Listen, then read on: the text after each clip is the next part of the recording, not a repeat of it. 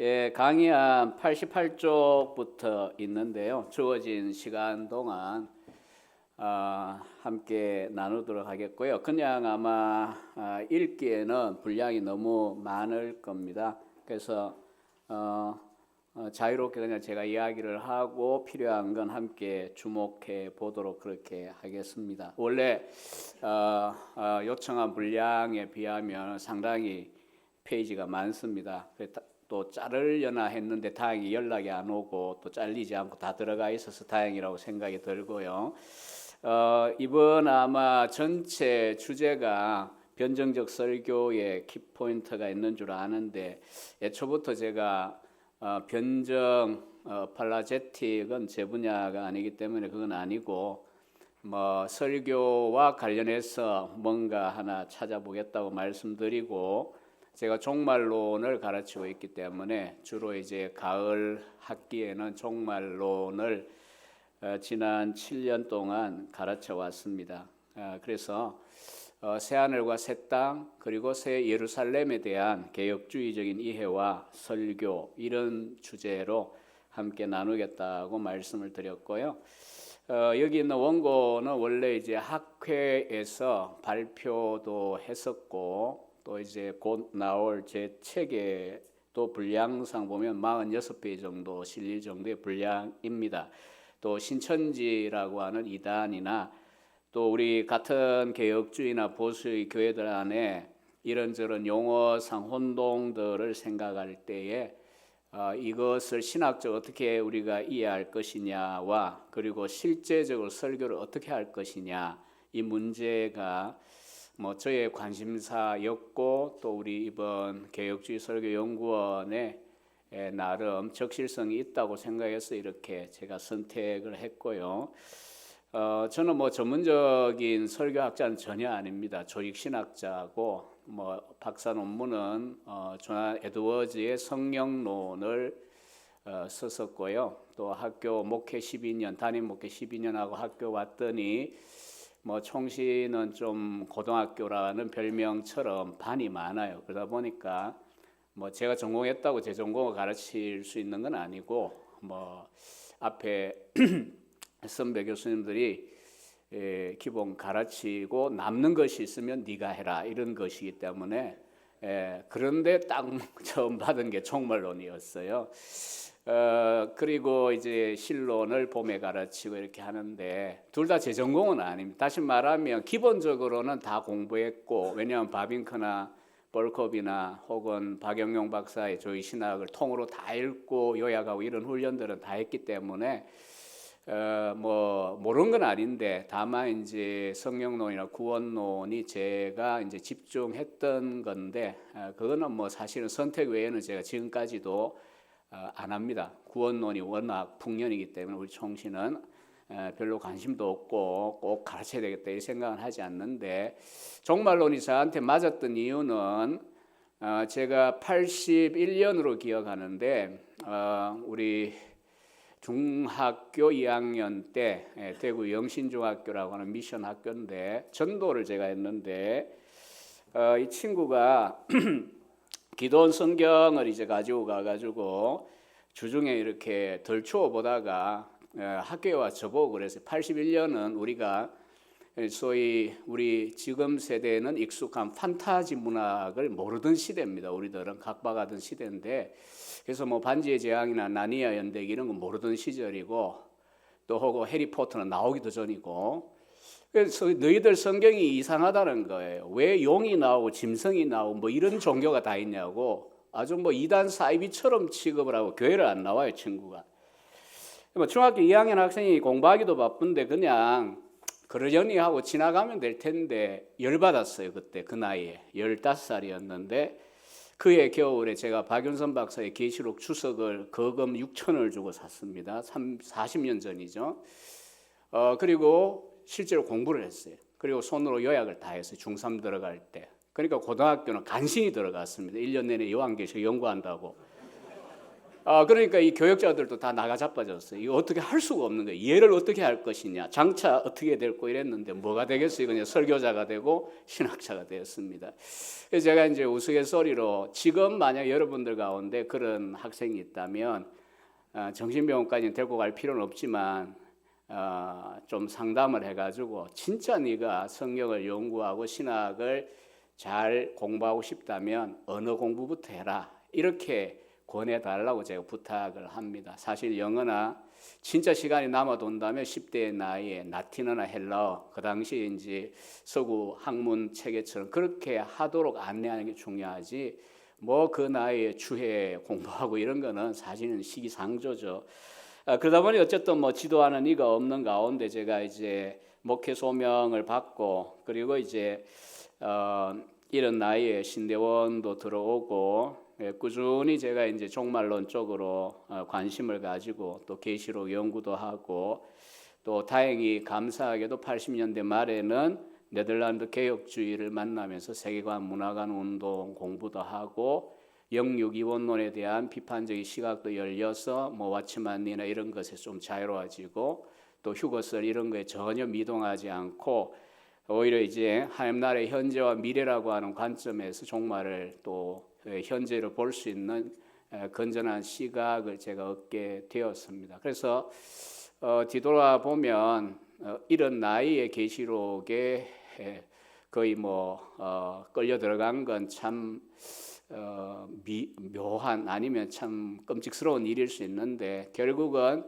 몸소 그렇게 겪고 이제 신학이라는 과정을 거치고 나니까 아마 종말론에 대한 어떤 두려움이나 이런 것이 없이 구석구석 공부하고, 또 이제 어떤 뭐 종류의 이단들이 이제 뭐라고 하고 당장해도 어떤 관점, 저건 어디에서부터 왔을까? 뭐 결국은 여기에 혹시 그런 분도 있을지 모르겠지만, 이 강의 하나에 들어있지만 제가 가장 경계해야 될 것이 종말론 분야는 세대주의고, 현재 성경론은 신사도 운동입니다. 제3의 물결이 극단화되어 있는 신사도 운동들. 근데 이렇게 주의로 이야기하고 운동으로 이야기하면 굉장히 먼 것 같지만, 실제 우리 예컨대 합동이든 합시는 모르겠어요. 뭐 고시는 저도 모르겠고 제 교단이 아니니까, 이런 보수적인 교단들 안에 이미 다 들어와 있는, 또 상당히 영향을 미치고 있는, 또 요즘은 이름만 대면 자꾸 고소를 하기 때문에, 특히 총신 교수들은 고소를 많이 당하기 때문에 이름은 언급 안 하는데 너무 많이 지금 파급되어 있어요. 그러나 제가 이제 종말론 쪽에 연구를 하고 논문들을, 이것도 하나의 논문이지만 많이 이렇게 쓰려고 노력 중입니다. 구석구석을 그냥 논문의 형태로, 왜냐하면 논문 하나 쓰려면 몇십 시간을 최소한 투자해야 되기 때문에 하나의 정확한 지식에 이르는 길이라고 저는 늘 생각을 하는데요. 그래서 이제 그런 한국, 특히 이제 장로교회의 종말론을 역사적으로 제가 접근을 해서 논문을 써보았는데, 1948년 총신이 세워진 이래 평신의 개성이라고 하죠. 그리고 이제 그 이후에 여러 신학교가 분리되었는데, 현재까지 48에서 2019년은 71년 정도 이제 되겠죠. 단 한 명의 세대주의자도 총신 교수 가운데 없었어요. 근데도 불구하고 제가 이제 그 연구 결과 의문은, 근데 왜 우리 교단 안에 그렇게 세대주의가 많았고 지금도 영향을 미치고 있는가?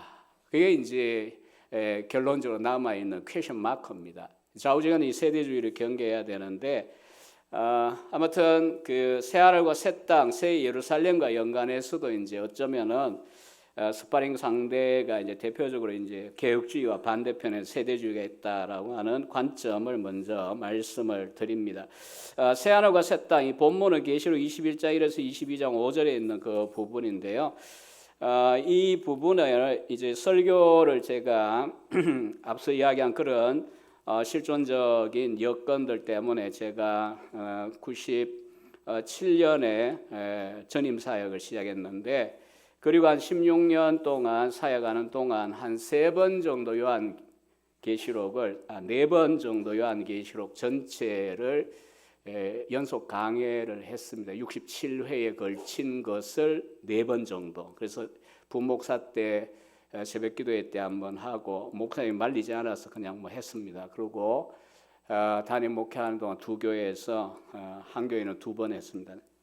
새벽에도 한번 하고 이렇게 했는데, 그러고 이제 학교 와서 종말론을 가르치면서 아무래도 개혁주의적 관점에서 요한계시록이 중요한 텍스트니까 이걸 어떻게 설교했는가에 대한 자료 제시도 필요하겠다, 이 생각이 제가 들어가지고 2013년에 제가 처음 냈고요. 이번에 이제 1월 달에 개정판을 솔로몬에서 새로 냈어요. 780페이지 정도 되는 강해서입니다.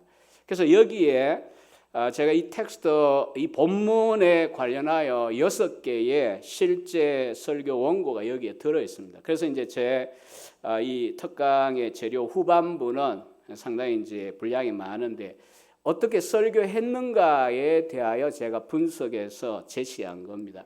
아마 시간상 가다 보면 안 되면은 그 부분은 제가 생략할 겁니다. 분석 내지는 요약된 것을 보시면 좋을 것 같고요. 제가 이제 세대주의를 하나의 이제 반대축에다 두었는데, 또 하나 이제 우리가 종말론을 접근하다 보면 가장 이제 전체 틀을 결정한다라고 할 정도로 중요한 것이, 만약 기독론 경우에 신인 양성 교리와 대속이라고 하는 이 핵심을 안 받아들이면 기독론 이거는 자유주의화 됩니다. 마찬가지로 종말론 할 때 이 건물에 있어서 건물이 좀 달라요. 많이 달라요. 다르게 만드는 원리적인 요소가 뭘까 하면 뭐 대충 아시는 대로 천년왕국 문제입니다. 그래서 천년기를 어떻게 보느냐, 뭐 역사적 전천년, 우리 총신의 박용 박사 입장이죠. 박윤선 박사 입장이기도 하고요. 또 혹은 이제 무천년, 저는 이제 개인적으로 무천년의 입장을 이야기하고, 또 어떤 뭐 때는 뭐 이사회에서 인터뷰하면서 뭐 이사회 가르친다고 뭐 이렇게 야단치시기도 했어요. 뭐 노인들이 그러시니까 제가 아무 말 안 했는데 무천년이 왜 이단이냐 이렇게 말하기도 그렇고, 좌우지간 두 가지는 그래도 우리가 공존할 수밖에 없는 게 총신의 역사고 현재 주소기도 해요. 총신은 이 두 가지가 공존합니다. 다만 이제 후천년이라고 하는 청교도나 에드워즈의 입장, 혹은 미국 19세기의 장로교 신학자들의 입장, 뭐 우리나라에서는 거의 들어온 적이 없을 정도로 약화됐죠. 미국에 약간 남아있긴 하지만, 또 하나가 앞서 이야기한 그 세대주의 문제라고 할 수가 있습니다. 그래서 우리가 이제 제가 이제 저 자신도 이제 어떤 지난 긴 시간을 통하여 종말에 대한 이해가 깊어지고 넓어져 가는 과정 속에 아직도 있다고 저는 생각이 듭니다. 어떤 것들은 뚜렷하게 정립이 됐지만 어떤 요소들은 제가 상당히 이제 놀라움을 느낄 때가 가끔씩 있습니다. 그 중에 이제 하나가 로마 11장 25, 26절을 본문으로 해서 그리하여 온 이스라엘이 구원을 받으리라 라고 하는 바울의 본문이 미래의 한 세대의 유대인들의 회복을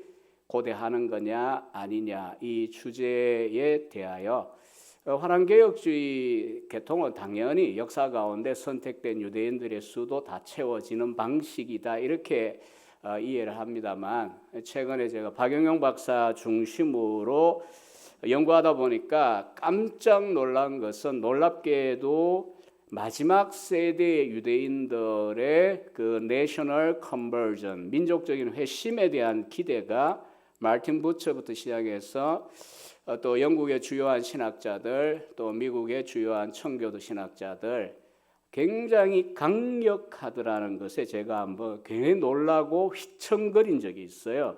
최근 이야기인데 논문을 쓰면서